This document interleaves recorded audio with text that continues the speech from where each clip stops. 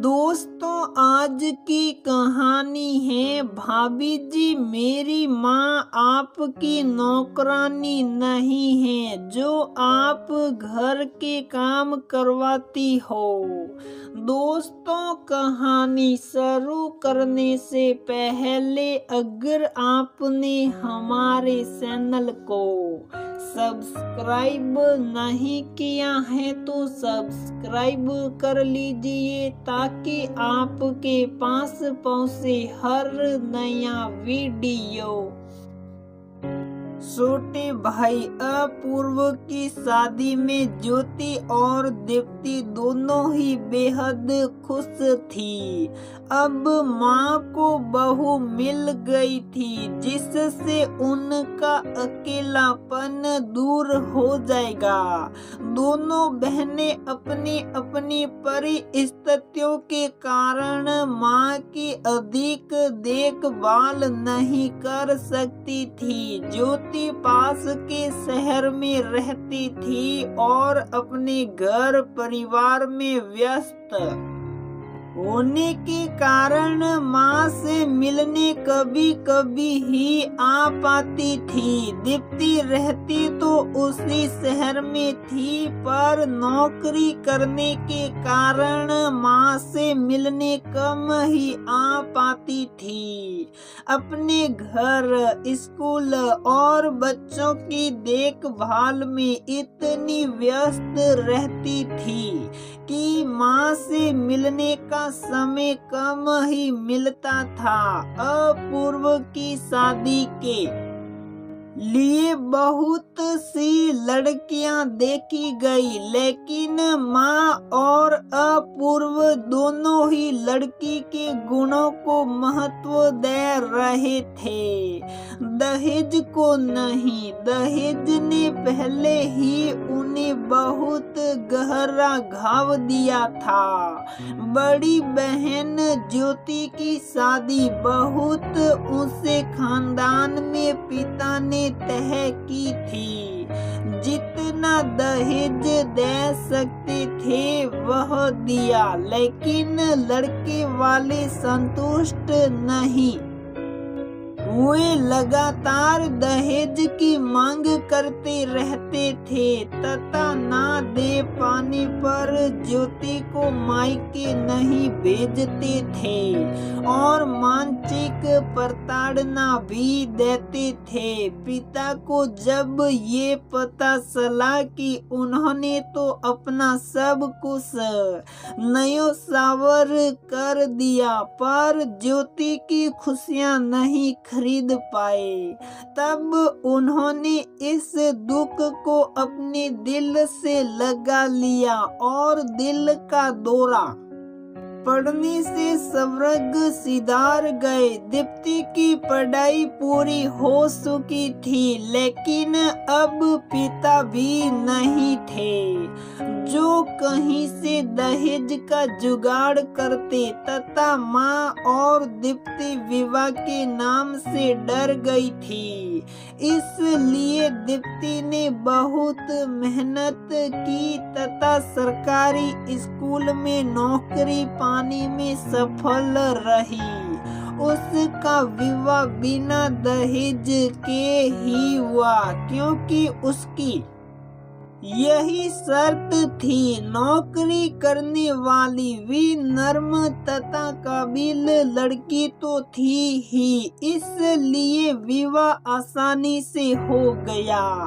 भाई अपूर्व सबसे छोटा था, उसने भी मेहनत की और बैंक में नौकरी पा ली। अब अपूर्व की माँ चाहती थी कि उसका विवाह करके ऐसी लड़की घर में लाए जो सुशील हो तथा परिवार का महत्व समझती हो। बहुत से रिश्ते आए जिनमें लड़कियां नौकरी करती थी या दहेज बहुत मिल रहा था, पर अपूर्व की मां ने वह लड़की सुनी जिसके परिवार की आर्थिक स्थिति अति सामान्य थी। लड़की सुंदर थी, अपने घर में सभी काम करती थी, वह घर में सबसे छोटी थी, इसलिए पैसा भी जो कुछ था बड़ी बहनों की शादी में लग चुका था। माँ तथा अपूर्व को दहेज नहीं चाहिए था, गुणी लड़की चाहिए थी, इसलिए वही रिश्ता तय हो गया। विवाह के बाद मीनल ससुराल आ गई। घर में केवल अपूर्व और माँ ही थे। माँ ने मीनल को धन दौलत के साथ जिम्मेदारियां भी सौंप दी। यहाँ तक तो सब मीनल को बहुत अच्छा लगा, लेकिन अब समस्या ये थी कि मीनल के आर्थिक स्तर में विवाह के बाद बहुत बदलाव आ गया। मायके के मुकाबले अब वह काफी बेहतर स्थिति में थी, लेकिन वह खुश नहीं थी क्योंकि दोनों ननदों को खुद से अच्छी आर्थिक स्थिति में पाती थी। बड़ी ननद के सास ससुर अब दुनिया में नहीं थे, इसलिए सबसे बड़ी बहू होने के कारण ससुराल में उनकी ही चलती थी। छोटी ननद नौकरी करती थी, इसलिए मन माना कपड़ा पहन सकती थी और किटी पार्टी आदि ज्वाइन कर सकती थी। बड़ी ननद के घर में बड़ा परिवार होने के कारण नौकर थे तथा छोटी ननद समय की कमी के कारण घर के काम में नौकरों की सहायता लेती थी। अपूर्व के घर में भी झाड़ू पोछा तथा बर्तन साफ करने के लिए नौकरानी थी, लेकिन अब मीनल को लगता था कि घर की देखभाल तथा खाना बनाना, कपड़े रखना आदि उसका काम नहीं है, इसके लिए नौकर की आवश्यकता है। अपूर्व की मुसीबत हो गई थी। नौकरी ना करने वाली लड़की लेकर के आया जिससे माँ की देखभाल हो सके, लेकिन माँ को ही अब कई कामों की देखभाल करनी पड़ती थी। ग्रह कलह ना हो इसलिए अपूर्व खुद भी कुछ कामों को निपटा दिया करता था। मीनल दोनों ननदों से मुकाबला तो करती थी, लेकिन ये नहीं देखती थी कि दोनों ने क्या क्या सहन किया है। बड़ी ननद ने ससुराल के अत्याचार सहन किए और छोटी ननद ने दिन रात श्रम किया, तब जाकर के वे आराम का जीवन बिता पा रही थी। मीनल ना तो बाहर नौकरी करना चाहती थी और ना ही घर के कामों में रुचि लेती थी। अपूर्व और उसकी माँ के सामने अगली समस्या ये थी कि मीनल के परिवार के अन्य व्यक्तियों का आर्थिक स्तर इन लोगों से कम था।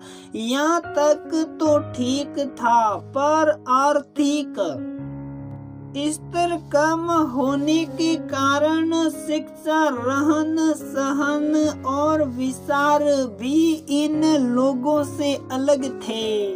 जब मीनल के भाई या बहन अपने परिवार के साथ अपूर्व के घर आते थे, तब दोनों बहनों के बच्चे मोह बना लिया करते थे। मीनल के परिवार को भी लगता था कि वह अपने आप को फैशनेबल तथा अच्छे आर्थिक स्तर वाला दिखाए। इस प्रयास में उनकी हरकतें कई बार हास्यास्पद या असहनीय हो जाती थी। अपूर्व का परिवार भी दूसरों के सामने शर्मिंदा हो जाता था। ज्योति तथा दीप्ति की बेटियां विशेष रूप से मीनल के भाई बहनों के बेटों से चिढ़ती थी, क्योंकि उन्होंने अपने घरों में लड़कियों का फैशनेबल रहन सहन नहीं देखा था। इसलिए इन लड़कियों को आंखें फाड़ फाड़ कर देखते थे। मीनल जो अपने घर में सभी काम करती थी या आकर ये दिखाती थी कि उसने कभी कोई काम नहीं किया, गलत अंग्रेजी बोलकर अपना प्रभाव जमाने का प्रयास करती थी। इन सब बातों से बाहर वालों के सामने अपूर्व के परिवार की मजाक बन जाती थी। अपूर्व ने दुखी होकर किसी प्रकार से एक नौकरानी का प्रबंध किया जो उसकी माँ की देखभाल कर सके। बहनों ने कहा भी कि वे उस नौकरानी की तनख्वाह दे देगी, पर आत्म सम्मान की रक्षा करते हुए अपूर्व ने मना कर दिया। इस प्रयास में अपूर्व की बचत ना के बराबर हो गई। नौकरों का खर्च, पत्नी के रहन सहन का खर्च बजट बिगाड़ देते थे।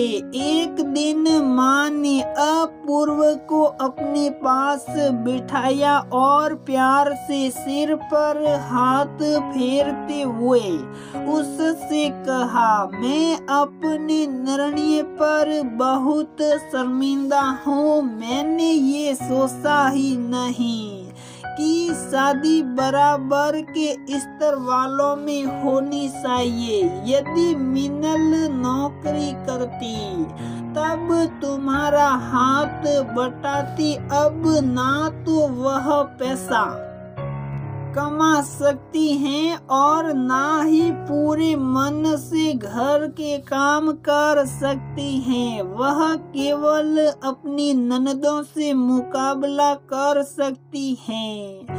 मैं तुमसे माफी मांगती हूँ कि मेरी वजह से तुम्हारी जिंदगी सुखी नहीं है। अपूर्व कहने लगा, माँ आप ऐसी बात क्यों करती हो? आपने तो मेरा भला ही चाहा था। एक दूसरे का मन रखने का प्रयास करते हुए दोनों माँ बेटे सोच रहे थे। ये बात सच है कि शादी संबंध बराबर स्तर के परिवारों के बीच में ही होना चाहिए।